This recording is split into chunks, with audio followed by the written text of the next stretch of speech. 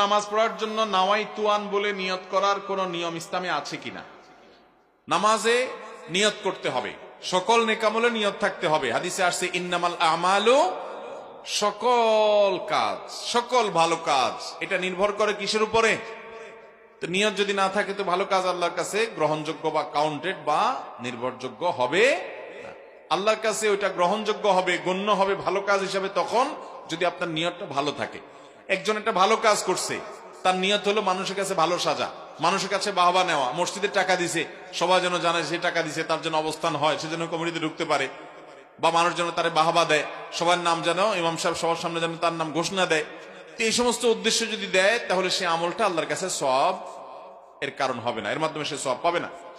তো এইভাবে সকল আমলে নিয়তের উপর নির্ভরশীল। ঠিক একইভাবে আপনি নামাজ পড়ছেন, আপনার নিয়ত থাকতে হবে। নামাজে কি নিয়ত থাকা লাগবে? নামাজে কয়েকটা নিয়ত থাকতে হবে। নাম্বার এক, প্রথম নামাজের মধ্যে নিয়ত থাকতে হবে যে এটা কোন নামাজ পড়ছেন। না, প্রথম নিয়ত থাকবে এটা নামাজ পড়ছেন, অন্য কিছু না। এটা এমনি উঠবস করতেছেন না। অনেকে আছে না ব্যায়ামের জন্য উঠবস করে, শরীর এমনি ভাঙে অমনে ভাঙে।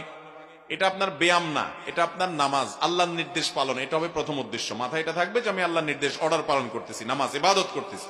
এটা প্রথম নিয়ত। তাহলে এটা আদত থেকে পৃথক হয়ে যাবে। দ্বিতীয় নিয়ত থাকতে হবে নামাজের মধ্যে এটা কোন নামাজ পড়তেছি, ফরজ না নফল। যদি ফরজ হয় তাহলে সেটা নিয়ত করতে হবে এটা ফরজ, আমি নিয়ত করতেছি। তৃতীয়ত হলো এটা কোন ওয়াক্তের। ধরুন আপনি জোহরের নামাজ পড়তেছেন, তাহলে আপনার নিয়ত থাকবে যে আমি এটা নামাজ পড়ছি এবং সেটা জোহর, এবং জোহরের আবার ফরজ সুন্নাত আছে, এটা আমি ফরজটা পড়তেছি। বাস মাথায় নিয়ত থাকবে, এটার নামে নিয়ত। নিয়ত মানে ইচ্ছা, নিয়ত মানে কি? কিন্তু আমাদের দেশে মানুষ মনে করে নিয়ত মানে নাওয়াইতুয়ান পড়া।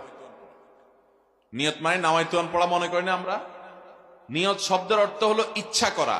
ইচ্ছা কি মুখ দিয়া হয় না মন দিয়া হয়? আপনি মনে করেন এবছর হজে যাওয়ার পরিকল্পনা করেছেন, ধরুন হজে যাওয়ার জন্য আপনি রেজিস্ট্রেশন করেছেন গত বছর। এবছর টাকা পয়সা কোন এজেন্সিতে জমা দিয়েছেন, পাসপোর্ট টাসপোর্ট সব বানাইছেন, টিকা টিকা সব দিয়া রেডি হয়েছেন। আপনার হজে যাওয়ার ইচ্ছা আছে।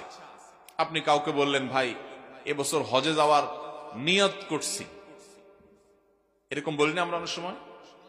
এই যে লোকটা বললো যে হজে যাওয়ার নিয়ত করছি, উনি কি নাওয়াইতুয়ান পড়ছে? উনি কিন্তু নাওয়াইতুয়ান পড়ে নাই। নাওয়াইতুয়ান আযহাবা ইলাল হজ এরকম কোন কথা উনি কিন্তু বলেন নাই। শুধুমাত্র উনি হজে যাওয়ার কথা পরিকল্পনা করে মনে মনে ইচ্ছা পোষণ করে সে অনুযায়ী প্ল্যান প্রোগ্রাম করেছেন। এটাকে সে মুখে বলতেছে নিয়ত করছে। তো এই কথা দ্বারা বোঝা গেল নিয়তটা হলো মানুষের অন্তরের পরিকল্পনার নাম, যে আমি কি করতে যাচ্ছি, এটাই নিয়ত। এটা মুখে আলাদা উচ্চারণ করা এটা নিয়ত নয়। নিয়ত বলতে হয় না, নিয়ত করতে হয়। আর করাটা হলো ভেতরের কাজ, বলাটা হলো মুখের কাজ। কথা কি বুঝাতে পারছি? এই যে আমরা নাওয়াইতুয়ান শিখছি ছোটবেলা থেকে, আমরাও পড়ছি ছোটবেলা মক্তবে, সেটা বগদাদি কায়দায় পড়ছি, বিভিন্ন রকমের কায়দায় পড়ছি। এগুলো কোরআন হাদিসে কোথাও খুঁজে পাবেন না। নাওয়াইতুয়ান কি উসাল্লি লিল্লাহি আরবা'a রাকাতিন অমুক অমুক অমুক অমুক আছে না? আচ্ছা, ভালো কথা। আমরা টাকা পয়সা যখন দান করি, প্রত্যেক আমল নিয়তের উপর নির্ভরশীল। ইন্নামাল আমালু, সকল আমল নিয়তের উপর নির্ভর করে। আপনি যখন একজন গরিবেরকে 10টা টাকা দেন, মসজিদে 100টা টাকা দেন, ওয়াজ মাহফিলে 500টা টাকা দেন, এই টাকাটা দিচ্ছেন, এটা একটা আমল না? আমল না?